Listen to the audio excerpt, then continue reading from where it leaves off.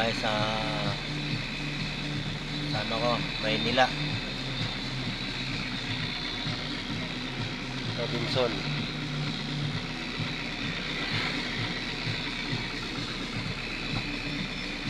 Ermita, Maynila. Yan, ito pa namin dito.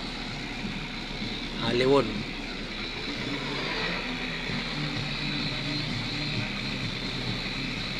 Maynila. Isa na guys, kung hindi ako nakakapag reply ng maayos kasi nasa biyahe tayo guys. Kailangan natin ng magbiyahe para sa pamilya.